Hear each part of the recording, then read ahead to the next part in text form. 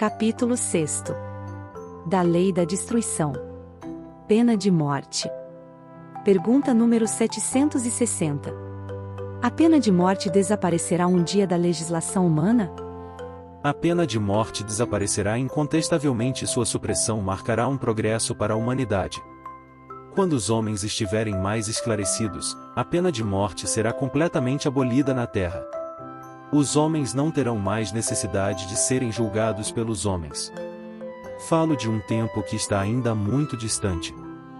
O progresso social, sem dúvida, deixa muito a desejar, mas seríamos injustos para com a sociedade moderna se não víssemos progresso nas restrições impostas à pena de morte entre os povos mais avançados, e a natureza dos crimes aos quais se limita a sua aplicação.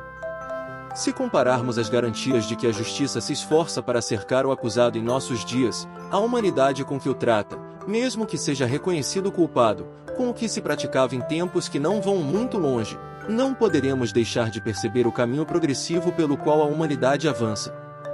Pergunta 761. A lei de conservação dá ao homem o direito de preservar a sua própria vida. Não é na aplicação desse direito que ele elimina da sociedade um membro perigoso? Há outros meios de se preservar do perigo sem matar. É necessário, aliás, abrir ao criminoso a porta do arrependimento, e não fechá-la. 762. Se a pena de morte pode ser banida das sociedades civilizadas, não foi uma necessidade nos tempos menos avançados? Necessidade não é a palavra. O homem julga sempre uma coisa necessária quando não encontra nada melhor. Mas, à medida que se esclarece, compreende melhor o que é justo ou injusto e repudia os excessos cometidos nos tempos de ignorância, em nome da justiça. 763. A restrição dos casos em que se aplica a pena de morte é um indício do progresso na civilização? Pode ainda haver dúvida quanto a isso?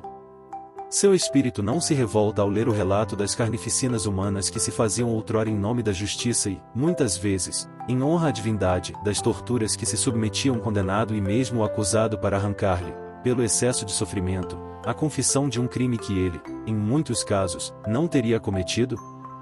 Pois bem, se vivesse nesses tempos, teria achado tudo isso natural, e talvez, como juiz, teria feito outro tanto.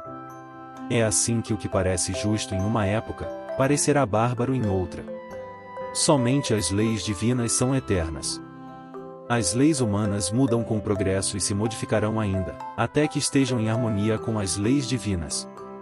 764. Jesus disse: quem matou pela espada perecerá pela espada. Essas palavras não são a consagração da pena de talião?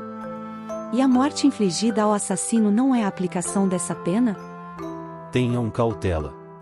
Estão equivocados nessas palavras como sobre muitas outras. A pena de talião é a justiça divina, é Deus quem a aplica.